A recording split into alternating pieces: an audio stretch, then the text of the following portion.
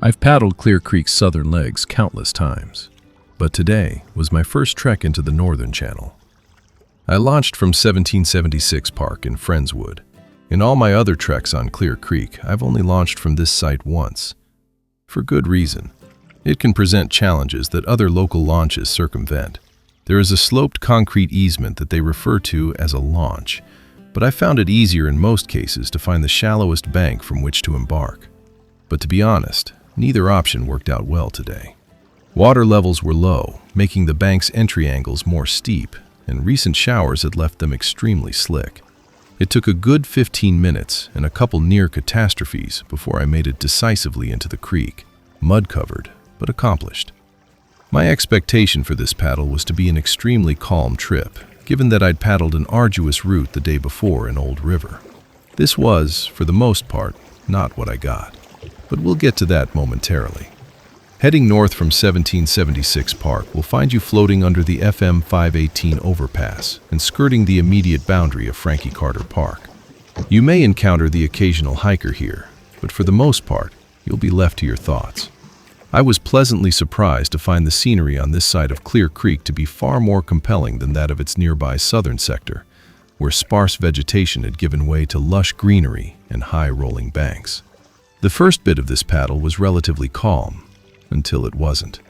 As mentioned, I'd expected this one to be entirely tranquil given the high banks and meandering branches as I'd experienced on other sectors of Clear Creek. But here I was met with current that rivaled my recent trip on the Guadalupe. I'm not sure if recent rainfall played a part in these conditions, but the force of the tributary caught me entirely off guard. I found myself going against the flow for the first half of the trek, and my shoulders are cursing me for it. Still, it was manageable. The toughest spots were the many choke points created by downed trees and other underwater obstructions. Some of these took a surprising amount of exertion to overcome, to the point that I could see someone entirely uninitiated to these conditions struggling a bit. Thankfully, there were a few spots to rest every now and then. Much of the route wound through the Timber Creek Golf Course, though the occasional cart bridge is the only clue, as the high banks and sycamore arbors make you feel much more removed from civilization than is actually the case. There wasn't too much variety in wildlife on this paddle. However, I found myself trailing a group of beautiful wood ducks most of the way. I also saw both black and yellow-crowned night herons pretty regularly, along with a single juvenile diamondback water snake and several turtles.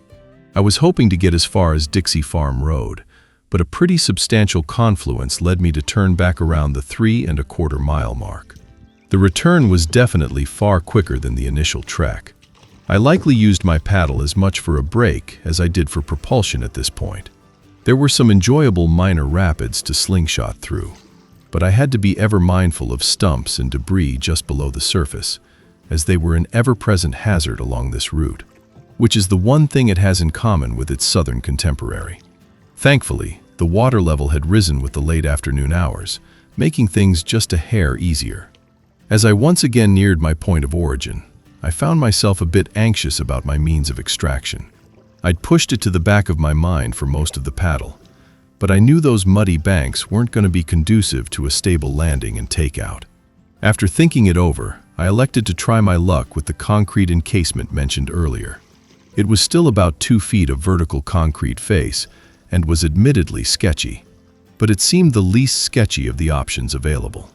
After a couple of aborted attempts, I managed to kick one leg up over the concrete and drag myself onto land.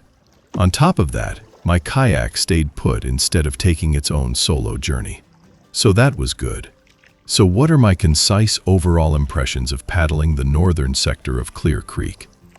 The aesthetic is great, far nicer than I'd expected. The route is straightforward given that you can generally only continue one way, at least on the stretch in question. Those are the pros. But based on the lacking of the launch and the conditions I experienced today, it's not one that I'll soon revisit. Also, while it is more than manageable for even intermediate paddlers, I would not recommend it for a complete beginner on a solo trip. There are simply several variables with obstructions, current, and confluences that can be avoided with the plethora of other local routes.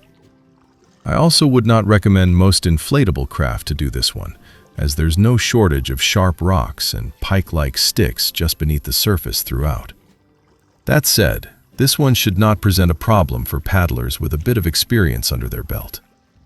It is also notable that the launch situation could be avoided by putting in at Lynn Gripen Park, Challenger Park, and any of the many other launches along Clear Creek, if you don't mind some extra distance. As with most waterways in the area, Clear Creek connects to many other notable local routes from Clear Lake and beyond. Today's trip was just over 6.5 miles, but there are abundant opportunities for an extended experience. If memory serves, my longest trip on Clear Creek was around 19 miles, paddling from Armand Bayou across Clear Lake and up Clear Creek. Still, I more readily recommend the section of Clear Creek from Challenger Park for absolute beginners. The ultimate takeaway is that Clear Creek offers something for everyone. Just be mindful of the experience you're desiring, and more importantly, equipped for.